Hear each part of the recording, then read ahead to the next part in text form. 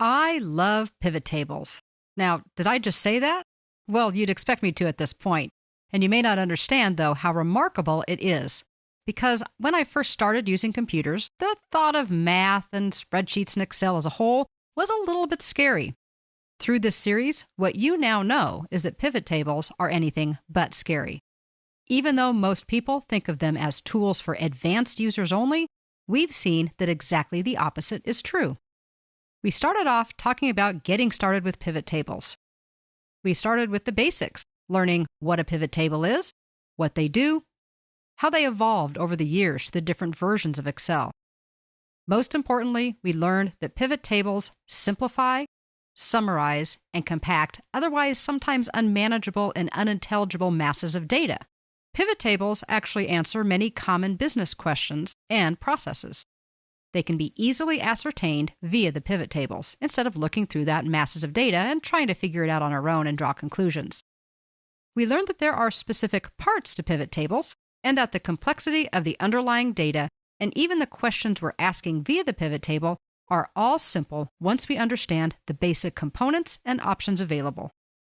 We learned that even though there are different ways of working with data, that those different methods are all just as simple, really, and we can create pivot tables with 1 or 2 clicks or create them completely from scratch. The process is never overtly difficult. Next, we learned how to manage data in pivot tables. This included identifying and modifying the source data. You know, the stuff that underlies the pivot table itself. We learned how to control refresh and a wonderful behind-the-scenes feature that can make the difference for file size and efficiency known as the pivot cache. Here, we learned why they actually call it a pivot table, as we pivoted data in different orientations than the raw source data provide. We did that by simply placing row and column fields with a simple drag and drop. Although many data purists will argue that it's always about the data, we next took on formatting pivot tables. We now know that formatting is not just eye candy, but instead lets us visually organize and understand the data more easily.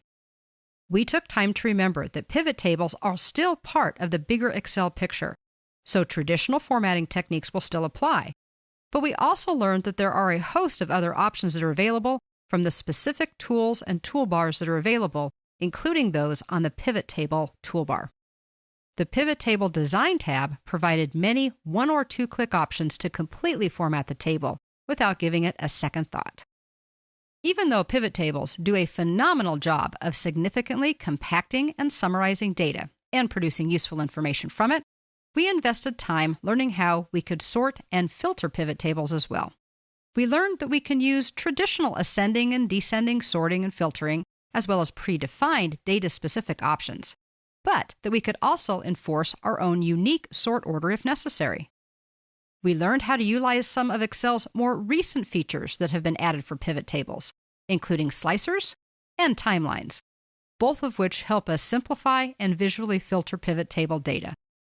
We finished up this chapter by learning that we also can manually group pivot table items if we want to do our own thing, and that this can be frequently useful when we need to group items, for example, by dates, instead of every individual date identified within our source data. Anytime people discuss Excel at anything more than just the most fundamental level, the conversation usually ends up dealing with calculations. Pivot tables are no exception. Although we can do a tremendous amount of summarizing by just creating the initial pivot table itself, we now know that there are very advanced calculations that can be created with just a few clicks using pivot table tools. We know that the default sum or count calculations may be exactly what most people need and are more than happy with. But we also now know that we can do some very advanced analysis using tools such as the Show Values As option. We also know that we can create our own calculated fields that didn't exist in the raw data by creating calculated fields and calculated items. Along the way, we found we had a lot of flexibility in how we work with pivot tables. We can work with pivot tables using the field list and its related elements. We can access a variety of tools from the Pivot Table Tools contextual tabs in the ribbon.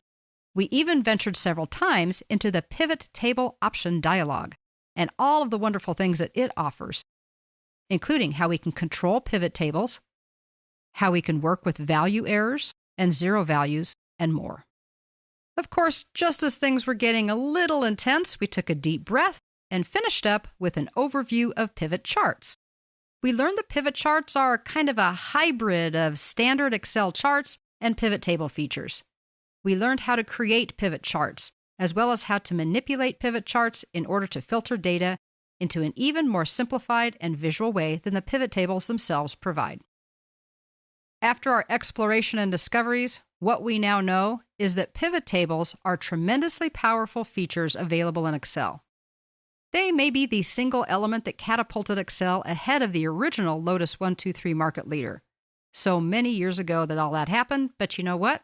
It worked.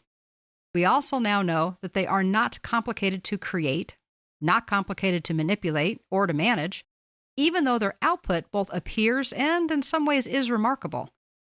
That means we now know that we can take virtually any type of database or list data, either outside of Excel or inside of it in a spreadsheet, and quickly and simply summarize it, simplify it, visualize it, and present it to answer business questions that otherwise may be very difficult to ascertain from the raw data. I appreciate anything that can assist us in accomplishing these types of business and personal goals without the need for a lot of technical knowledge, technical skills, or time. That is exactly why I love pivot tables and hope that you can now appreciate them in this way too.